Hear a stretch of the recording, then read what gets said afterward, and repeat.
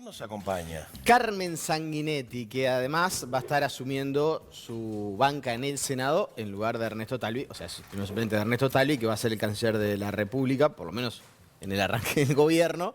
Después veremos si va a estar 5 años en el gobierno o no, pero lo cierto es que Carmen va a estar ocupando su banca en el Senado, en un Senado que ya, como lo hemos dicho, va a tener muchas particularidades, mucho para trabajar y sobre todo mucho para surcir internamente. Citando a Vicentico, los caminos de la vida no son lo que yo esperaba, porque Carmen Sanguinetti ha estado aquí desde diferentes roles. Sí. Diga que asumís el martes, si no ya te teníamos, sería como el cuarto rol que has tenido. Te hemos tenido como mamá de Trini y Benja para charlar e Isa, para charlar de inclusión. Sí. También te hemos tenido como magíster, te hemos tenido como asesora en educación y ahora como senadora. Exacto. Y vaya uno a saber qué podrá pasar. Espero que me tengan en este rol por unos cuantos añitos. Bueno, bien. Bueno, gracias por la invitación, un gusto estar acá como siempre. Tengo una foto lindísima, Cristian, tuya tirada, con jugando Isa, en el jugando piso en el con piso. Isa. Sí. Sí, Una vez hice la locura de venir con los 3 chicos, por Me suerte acuerdo. tuve una amiga que me acompañó, me dijo, ¿no te puedes ir a un canal sola con 3? Y bueno, salió súper linda la nota. Me acuerdo. La verdad tengo muy lindo recuerdo de esa nota también. Así la quiero ver, esa foto. Carmen, concretamente, por ejemplo, lo que hace al tratamiento de la ley de urgente consideración, ¿qué aspectos en materia de educación se revisó a la interna del Partido Colorado a la hora de formular aportes, cambios o sugerencias? Sí, cómo no. Creo que capaz que un paso antes de contestarte esa pregunta, capaz que sería interesante compartir con la ciudadanía un poco cómo fue el proceso de los aportes, ¿no? Nosotros desde el Partido Colorado lo que intentamos hacer fue justamente aportes para mejorar distintos aspectos de la LUC y se trabajó de forma muy intensa durante varias semanas. Seguramente escucharon decir a Ernesto que teníamos más de 300 técnicos que trabajaron en su momento en lo que fue el armado del plan de gobierno, primero de Ciudadanos y después del Partido Colorado. Y bueno, y en esta instancia se pusieron de nuevo a prueba esos técnicos, ¿verdad? Porque se realizaron un montón de reuniones con técnicos tanto de Ciudadanos como de los demás sectores del Partido Colorado, con gente que tiene mucha experiencia en estos temas, que lleva algunos 10, 15, 20 años trabajando en estos temas. Y para nosotros quienes vamos a ser parte del gobierno fue muy enriquecedor ese proceso, porque obviamente los legisladores en general tendemos a ser generalistas y no expertos. Entonces, bueno, aclarar eso porque realmente es una de las insignias, de los buques insignias de Ernesto Talvi durante el proceso, ¿verdad? En concreto, con lo que me preguntás con respecto a educación, distintos aportes. Uno tiene que ver con que no estamos de acuerdo, no compartimos la derogación del artículo 33, que justamente tiene que ver con esto de refiere a las personas con discapacidad y las personas en el medio rural. Nosotros entendemos que ese artículo le da un marco de protección que entendemos tiene que quedar. Recordemos el artículo, ¿a qué apunta ese artículo? El artículo apunta justamente a la educación, a las adecuaciones que se precisen y a las condiciones de estos dos grupos de personas, las personas en el medio rural y las personas con discapacidad. Nosotros desde Ciudadanos tenemos, y de hecho en el compromiso por el país lo agregamos, tenemos una fuerte apuesta por la educación inclusiva. Entendemos que el mundo va hacia ahí. Hoy hay suficiente evidencia científica que demuestra que la educación inclusiva es mejor para todos, o sea, no solo para los niños con condiciones o con discapacidad, sino también para el resto de los compañeros de aula. ¿Por qué? Bueno, porque una educación inclusiva es una educación que el docente que está formado en estos temas es un docente que tiene la capacidad de entender cómo aprenden los distintos alumnos, tiene la capacidad de presentar las distintas propuestas de forma diversa, ¿no? Sabemos que tenemos a los alumnos kinestésicos, a los alumnos, más de distintas formas de aprendizaje, ¿verdad? ¿Y por qué se buscaba derogarla entonces? Bueno, la LUC no vino con exposición de motivos, con lo cual esa pregunta no te la puedo responder, pero bueno, eso es un aporte que hicimos. Otro de los aportes que hicimos tiene que ver con darle un rango universitario a la formación docente. La formación en educación, nosotros entendemos que hay que jerarquizar la formación en educación y nos parece que también hay que apostar fuerte a ese tema, ¿verdad? Anoche, por lo menos desde el Partido Colorado, se hizo una especie de exposición de motivo, por lo menos a mí me llegó, sí. Como una especie de documento en el cual explican parte de los cambios que propone la fuerza política en la ley de urgente consideración. Se hace un asunto, pero ahora vamos a hablar del tema de educación. Hacen una exposición de motivo de cómo se llega a esto de los técnicos trabajando. Sobre el tema del artículo 33, lo voy a leer textual, porque dice: nos oponemos a la derogación del artículo 33 de la Ley General de Educación que garantiza la igualdad en el ejercicio del derecho de la educación e incluye que se tenga especial consideración a la educación en el medio rural, la educación de personas jóvenes y adultas y la educación de personas con discapacidades. Ahí sigue. Exacto. Pero queda claro que ustedes están poniendo, se están oponiendo fuertemente a la derogación de este artículo 33. Parecería ser algo no transable, ¿no? O sea, es como una posición que queda bastante clara que no hay margen de negociación para eliminar. Sí, nosotros entendemos que es un artículo bien clave, sin duda. Lo otro que también me llamó la atención, ese documento que, insisto, circuló por lo menos anoche, me llegaba a mí, buscan asegurar, que fue casi que el emblema de campaña de Ernesto Talvi en cuanto a asegurar la formación de liceos en contextos vulnerables, ¿no? Esto de liceos públicos de gestión privada, bueno, lo que ya se ha discutido tantas veces, se habla de 136. 136, es una cifra que seguramente la mayoría de los uruguayos nos acordamos. Le quedó grabado a todo el mundo, pero dice el documento este del Partido Colorado, el Partido Colorado propuso cambios que le aseguren a la Administración Nacional de Educación Pública las herramientas para la instalación de los liceos públicos modelos en los barrios más vulnerables del país. Esto no está tampoco en la ley de urgente consideración. Para ustedes debe ser una sorpresa que no haya estado. Nosotros intentamos generar, digamos, los mecanismos, los dispositivos para que esto se pueda llevar adelante.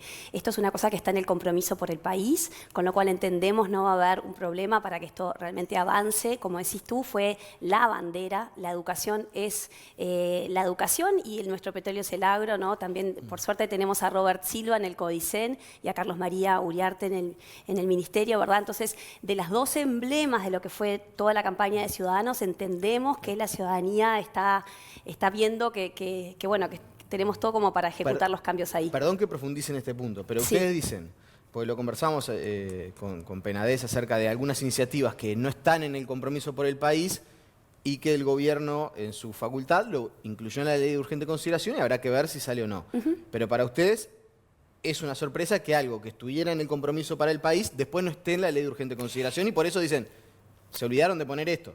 Yo creo que la ley, digamos, no tenemos que perder de vista que estamos ante un borrador, ¿verdad? Es un borrador muy exhaustivo que tiene más de 400 artículos. Está bien, pero la base del borrador es el compromiso por el país. Sí, claro, la base del borrador es el compromiso por el país, pero de vuelta, se está trabajando en ese borrador. El Partido Nacional recibió insumos del Partido Colorado y de los demás partidos que integramos la coalición y seguramente podamos profundizar en eso cuando tengamos la versión final. Yo creo que no hay que perder de vista que se está siendo muy receptivo en las distintas áreas, a los distintos planteos y esperemos a ver qué dice el texto final. ¿Y qué pasa si no se incluyen estas modificaciones en el final? Y bueno, y ahí tendremos que sentarnos a ver cómo avanzamos, ¿verdad? Sería raro, no se votaría, si está en el compromiso por el país. Yo entiendo que va seguramente... O sea, por eso yo lo marcaba, porque a mí me llama la atención que no esté. Sí, comparto. Bueno, eso después también puede tener otro capítulo en la discusión parlamentaria en sí. Claro. Digo, es una oportunidad también desde tu lugar, asumís el próximo martes, para empezar a traer estos temas, incluso, digamos, los que están dentro de la ley de urgente consideración y otros temas. ¿Qué temas te gustaría, además de hacer énfasis en los temas de inclusión, llevar para la discusión parlamentaria de la Cámara? Mira, Cristian, yo llevo varios años, 15 años, trabajando en temas sociales. Vos, como decías al principio de la nota, yo no vengo de la política, no vengo de la militancia política, vengo de lo social. Y me he dedicado los últimos años a trabajar en distintas temáticas que tienen que ver con esto, ¿no? Trabajé bastante en el exterior, en temas que tienen que ver con inserción laboral de personas con barreras al empleo. Y esa es un área donde me gustaría trabajar acá. Yo trabajaba en la periferia de la ciudad de Nueva York, en esos barrios que a veces se ven en las películas, en el Bronx, en el Harlem, desde una organización de la sociedad civil que contrataba con el Estado americano y, por ejemplo, trabajaba en la inserción laboral de personas que habían estado privadas de libertad, personas que no sabían hablar inglés. Y entiendo que acá esa es un área en donde tenemos que realizar mejoras y aportes, ¿verdad? Hoy sabemos que la seguridad es uno de nuestros grandes problemas, de nuestros grandes desafíos. Sabemos también que la reincidencia es un problemón. Ayer tuvimos la última sesión del PNUD, ofreció junto con el Parlamento una sesión de taller de diálogo parlamentario para todos los que somos legisladores nuevos. Ayer tuvimos a Juan Miguel Petit. Creo que nunca hubo un silencio tan tan sepulcral en esa sala. Realmente la realidad de todo lo que es el sistema penitenciario nos interpela a todos los uruguayos. Y uno de los problemas que tenemos es que en Uruguay es difícil para esas personas insertarse en la sociedad, ¿verdad? Creo que él mostraba que solo un 27% de las personas privadas de libertad se les ofrece el entorno como para que desplieguen su potencial y que cuando salen a la vida real se puedan insertar. Entonces, un área donde me gustaría trabajar tiene que ver con qué podemos hacer, qué podemos ofrecerles a las empresas que se animen a contratar a personas que estuvieron privadas de libertad, ¿verdad? Sabemos que hoy hay un reparo grande con eso, muchas empresas tienen, bueno, y hay algunos ejemplos, ¿verdad? Seguramente Pamela Martínez, por ejemplo, debe haber venido acá, que trabaja con el programa de Yoga y Valores. Yoga en las cárceles, sí. Ella está haciendo una tarea titánica en trabajo con distintas empresas, pero bueno, queda a nivel como de aportes de trabajitos de hormiga y bueno, una idea es empezar, estuvimos con Jaime Saavedra de la de INALI hace un par de semanas y yo le comentaba si se había realizado algún proyecto de ley en esta dirección y me decía que bueno, que no, pero que le parecía muy interesante, así que en breve ya estamos empezando a trabajar en eso. Sería una serie de estímulos quizá para las empresas para que consideren que personas liberadas... Para que contraten personas liberadas, para que contraten personas liberadas. Hoy hay una regulación por lo cual determinadas empresas que contratan para obras públicas, hay una tímida expresión ahí.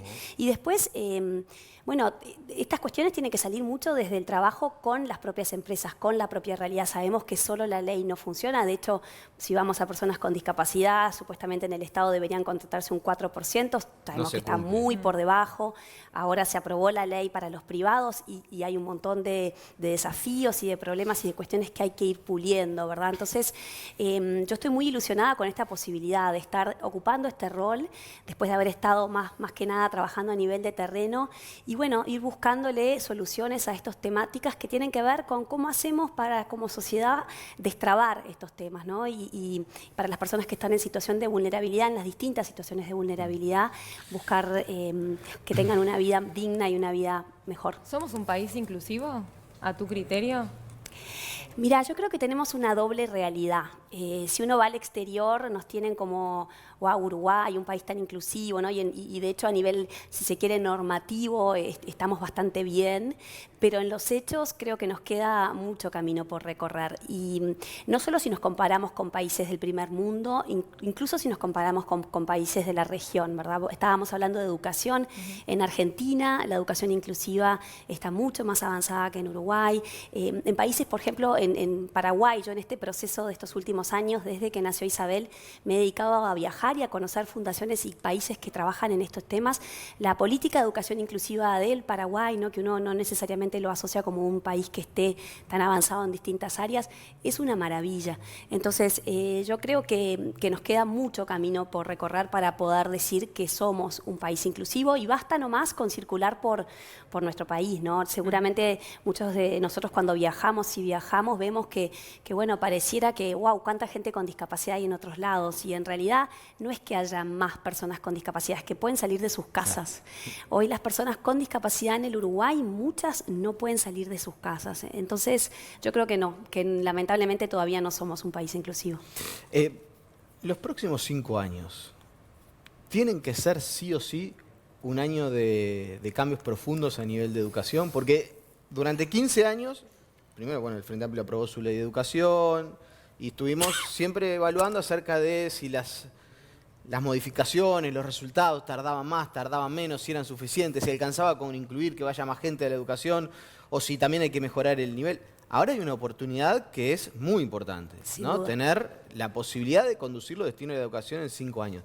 ¿Tiene que ser un año sí o sí, un periodo sí o sí de reformas educativas? Sin duda, sin duda. Yo creo que en la educación se nos va la vida. Se nos va la vida porque realmente el mundo avanza y avanza a ritmos acelerados y si nosotros no nos subimos al barco, realmente el futuro del país va a estar muy comprometido. Tenemos hoy, bueno, seguramente hayan también comentado acá en el programa, tenemos indicadores muy preocupantes, muy alarmantes. Se han hecho un montón de cosas bien, sí, claro, yo venía escuchando escuchando una entrevista de Miguel Brechner en donde hablaba de muchas de las cuestiones que se han hecho en el Plan Ceibal. Hemos avanzado mucho, sin duda, se han hecho cosas bien, pero que es un gran debe. Y yo me animo a decir que serían pocos los uruguayos que no estuvieran de acuerdo con eso y hay que realmente hincarle el diente al tema. Cuando decís o nos subimos al barco ahora o no nos subimos, ¿qué implica subirse al barco? Y bueno, implica estar alineado con lo que hoy sabemos que son las cuestiones necesarias para ser empleable en el futuro, ¿verdad? Hay un montón de organismos internacionales, por ejemplo, el Foro Económico Mundial, que publica todos los años las 10 listas de cuáles son los atributos que tienen que tener una persona para ser empleable, ¿verdad? ¿Y en qué estamos rezagados?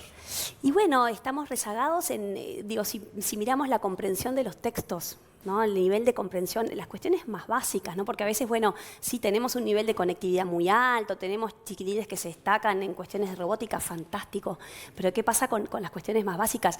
Les comentaba recién del taller de diálogo parlamentario, uno de los conferencistas nos decía que están muy preocupados en la Facultad de Derecho por el nivel de los estudiantes. Si uno habla con las personas que están en la docencia hace 5, 10, 15, los que tienen muchos años de trayectoria, les preocupa cómo reciben a los estudiantes universitarios, ¿no? Ni que hablar a los que se nos pierden en el camino, ¿verdad? A los que se nos pierden en el camino de los barrios vulnerables, esos chiquilines después terminan en un círculo vicioso problemático para toda la sociedad. Entonces, hay mucho para hacer, y bueno, y estamos contentos de asumir ese desafío. Y la educación terciaria para la formación de los docentes, porque ahí hay todo un tema también. El Frente Amplio hizo un par de iniciativas que de hecho necesitaban mayorías especiales y no se alcanzó, y un poco había un reproche hacia la todavía hoy oposición, hasta el lunes oposición, hasta el domingo oposición, en el sentido de no nos apoyaron para la creación de un instituto universitario de formación docente. Hay que darle ese rol a la ANEP, tiene que intervenir la Universidad de la República. ¿Cómo hacemos para que nuestros docentes se formen mejor? Mira, la verdad es que yo creo que no soy una especialista en el tema, no te podría... Pero está incluido también en el Sí. aportar. Sin duda que hay que trabajar para mejorar la formación de los docentes. Hoy sabemos que eso es un debe. Una de las cuestiones que, por ejemplo, sabemos es que se han hecho algunas investigaciones sobre el nivel de los que ingresan en las carreras de formación en educación, y muchas veces los promedios están un poco por debajo de otras carreras, ¿verdad? Entonces hay un trabajo muy grande por hacer en esa línea, y habrá que ver. No estoy empapada de las propuestas porque, bueno, estoy ingresando ahora, pero sin duda va a ser una de las prioridades para los próximos años. ¿Qué significa para la coalición, ¿no?, en general y este próximo gobierno que ya haya anunciado movilizaciones, paros gremiales en la secundaria por la ley de urgente consideración y todas estas cuestiones que estábamos hablando en cuanto a educación? ¿Es un golpe que empezar el gobierno con conflicto en lo que es el gremio de secundaria? Bueno, como les decía hace un rato, esto es un borrador todavía. A mí lo que me llama la atención es que planeemos que se planee una modificación en función de algo que todavía está por verse cuál es la versión final. El conflicto va a ser parte de esto, ¿no? No hay posibilidad de gobernar sin una cierta cuota de conflicto. Nosotros entendemos que la enorme mayoría de los uruguayos buscamos lo mismo, ¿verdad? Buscamos que las cuestiones mejoren y podremos discrepar en los caminos, pero tenemos grandes articuladores y grandes personas de diálogo, como le decía, Robert Silva, el propio ministro, y yo soy muy optimista de que vamos a ir logrando destrabar estas cuestiones para hacer los cambios que se precisan. Senadora en ciernes, Carmen Sanguinetti. Ya no sé qué título utilizar. Carmen, un placer haberte recibido nuevamente aquí en el placer Uruguay. es mío. Y, bueno, buena suerte en el martes, ¿verdad? Sí, el martes es la ceremonia oficial de todos los que entramos como suplentes. Bueno, Muchas a gracias. seguir trabajando en pos de la inclusión y la educación. Va a ser un año duro, ley de urgente consideración, presupuesto. Yo solo digo a todos porque la verdad... Prepárense. Va a ser un bautismo de fuego, digamos. Va a ser movidito. Ya pasa rápido, eso es lo bueno. Sí. Muchas Para los gracias, que venimos a aprender es un buen año. Bueno, Gracias. es un intensivo. Totalmente.